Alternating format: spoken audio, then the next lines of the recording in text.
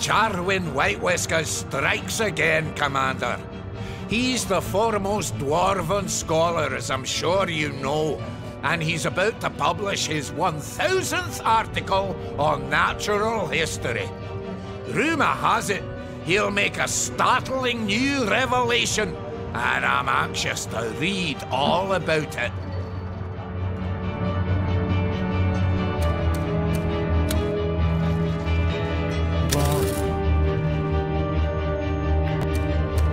Edmund seems to be in a mood fouler than an ogre's abattoir. We were just trading routine insults when I said, "Your grandmother was an orc," and immediately he tried to get his bloody hands round my throat. Madcap lizard. Who gets so upset over such a child? Commander, a most grave and ignominious matter has come to my attention. Some dwarven quack, styling himself a scientist, claims he has found conclusive proof that we lizards and some form of degenerate aquatic orc are descendant of one and the same ancestor. He means to publish this rot in the Rivellon Scientific Gazette, thereby causing irreparable damage to our species' reputation. With the utmost insistence, I therefore urge you to halt this publication. And if the matter of censorship bothers you, think nothing of it. By blocking the printing of this inane nonsense, you're safeguarding not only the good standing of all lizards, but of the illustrious Gazette as well. A dwarven scholar? Really? The very notion is ludicrous. We should show this man is wrong.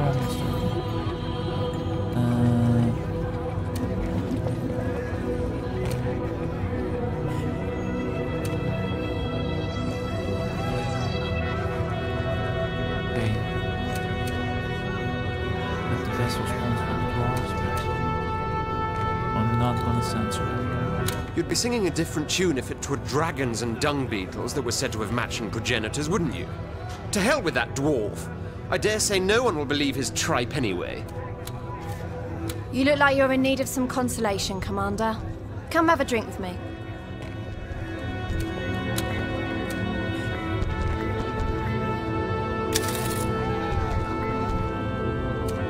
Praise be that I know more than 100 languages older than mankind itself.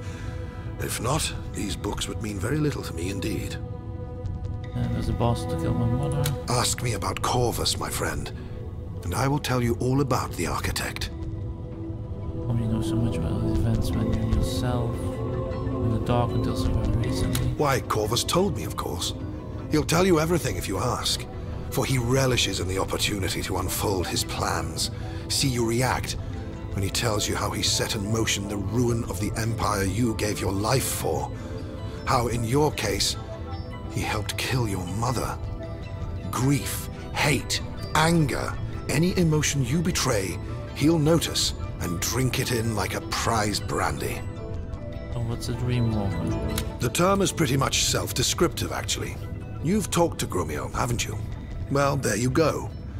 The Raven sings to him, he says. Shows him pretty miracles.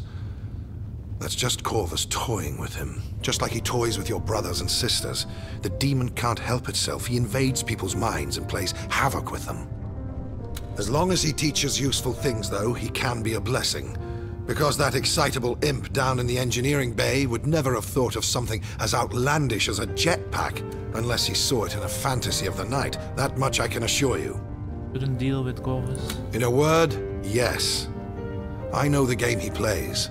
I too have once been tempted by demonic gifts, but never have I succumbed to their attraction. He is ready to wield the greatest and most ghoulish sorcery of all, Magia Sanguinis. Foreboding words. For blood magic demands blood. Do not forget. So Grumio says, woman? I'm not surprised.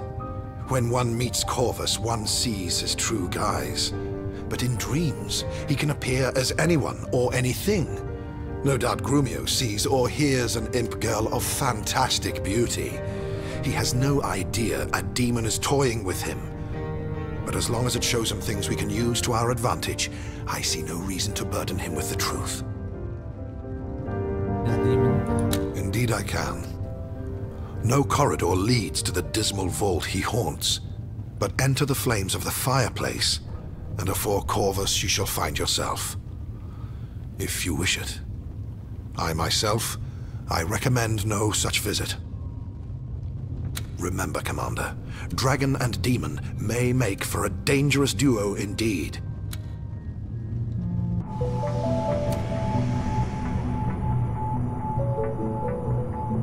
At last we meet, Dragon Knight. Too long have I sensed your steadfast tread along my halls, like a reverberation through the spine. Too long have I heard your voice linger, like the recollection of a dream near forgotten. Too long have we been intangibly intimate without having made one another's acquaintance. I am Corvus, the Raven, the Demon. I am what makes this ship a source of inconceivable power, and unbeknownst to you, I am your greatest ally. Greater than the wizard, your generals, and your armies combined. Today we finally look one another in the eyes.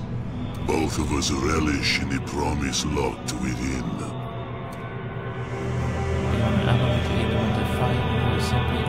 Indeed I do. For all I desire is war. I pick no sides. I spare no creature.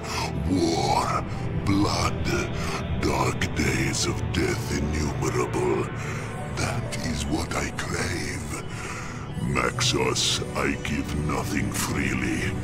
That accursed wizard I make work for his revelations.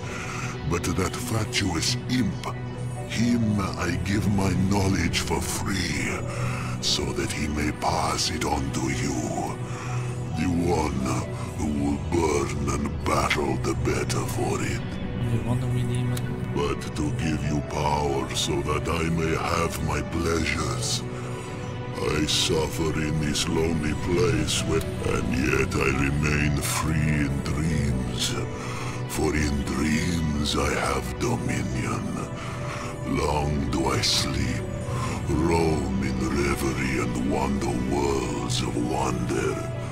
Dimensions you can neither behold nor comprehend. There have I found what I shall give you, in return for the deathless soul that is life's blood.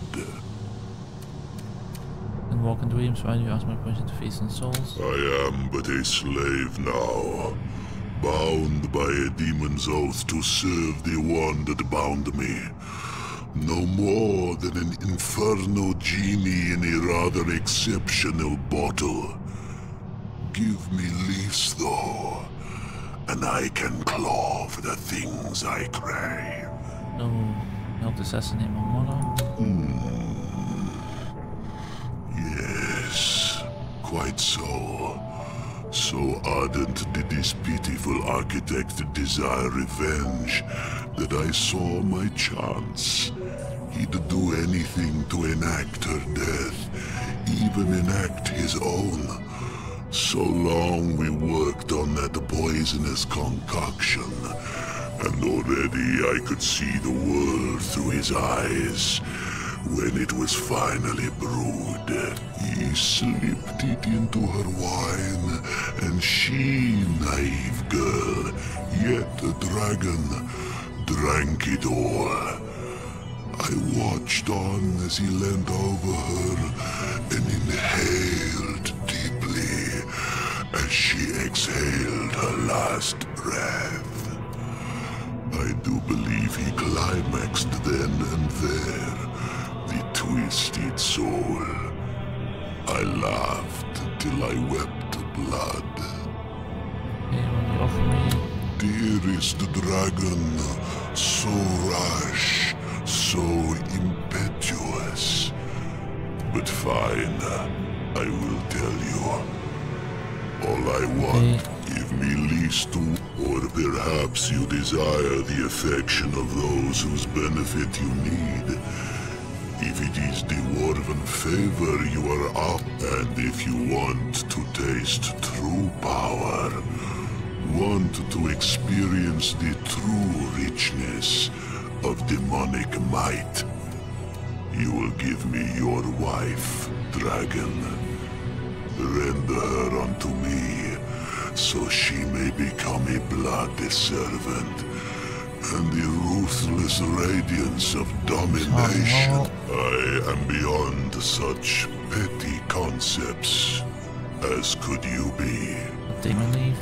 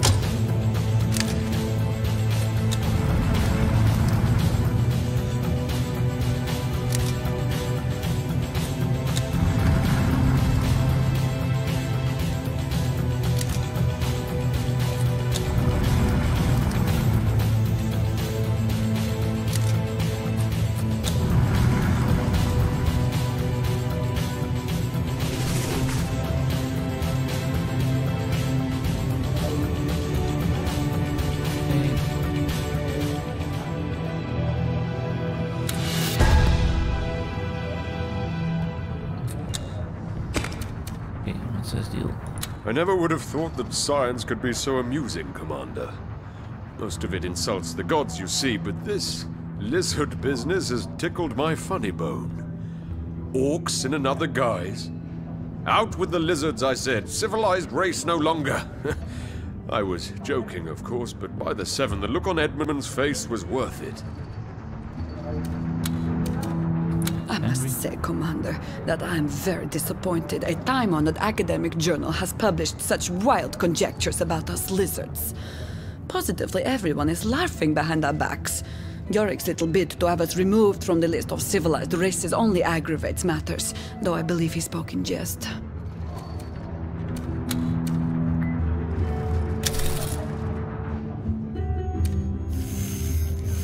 It is abhorrent, Commander. Gutter press of the lowliest sort.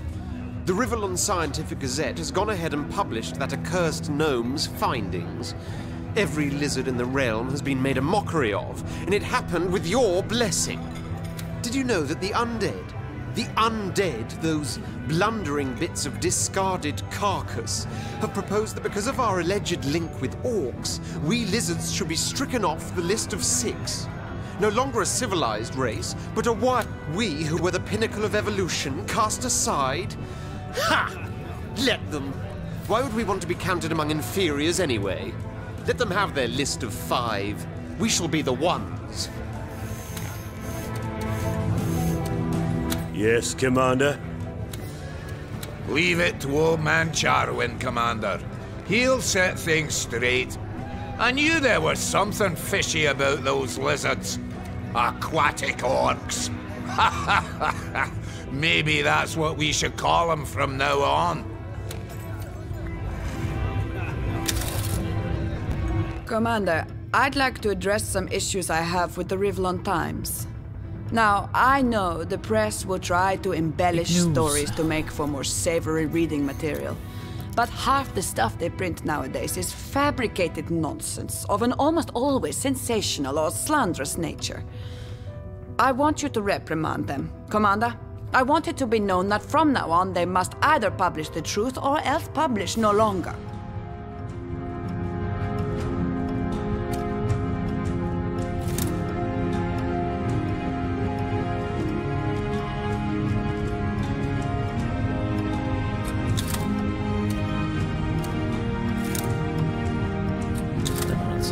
The Rivellon Times is no more than a daily dose of heresy for those that sinfully partake, rather than admonish.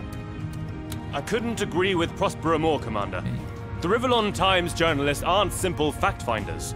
No, they ferret for filth. Ever since I've become a counselor aboard the Raven, I've discovered dwarven newspapermen under my bed on no less than 3 separate occasions. And one I caught climbing through the bathroom window. I see no imp interest in this matter at all, Commander. I'll just flip a coin then. Heads means yes, tail means no. And heads. Yeah, go ahead and reprimand them. Commander. The Rivellon Times is a dwarven and therefore commercial enterprise, Commander. Juicy stories sell copies. That is simplicity itself. I categorically deny, by the way, that our editors spread lies, or at the very least spread lies on purpose. So, if a chambermaid divulges to us a minister of the crown likes to spank his mistress in the bedroom, and this later turns out to be untrue, she is at fault. Okay. Carries. I thank you, Commander. To inform the general public of the events of the Empire is a great responsibility, not a lackadaisical frivolity. The dwarves would do well to take this duty a bit more seriously, and their caricaturist especially could stand to be a bit more sensitive. Seems like a personal issue. Very good, Commander. I can tell you it was all very embarrassing for my wife to pick up the morning paper and find out I'd been tending to another garden on the side. She kept on hogging the rose bushes. My favorite. What was I to do? Well, I guess a reprimand is a first step. Does it include the raiding? Okay, so we just do like the coin says then. We could flip one every bloody time, you know? Sure would put an end to all this bloody bickering. But this reprimand will kill business. Who wants to read mere facts? Facts are boring. God blimey, Commander. Reprimand if you must, but don't break the news until I've sold all my shares in the Times.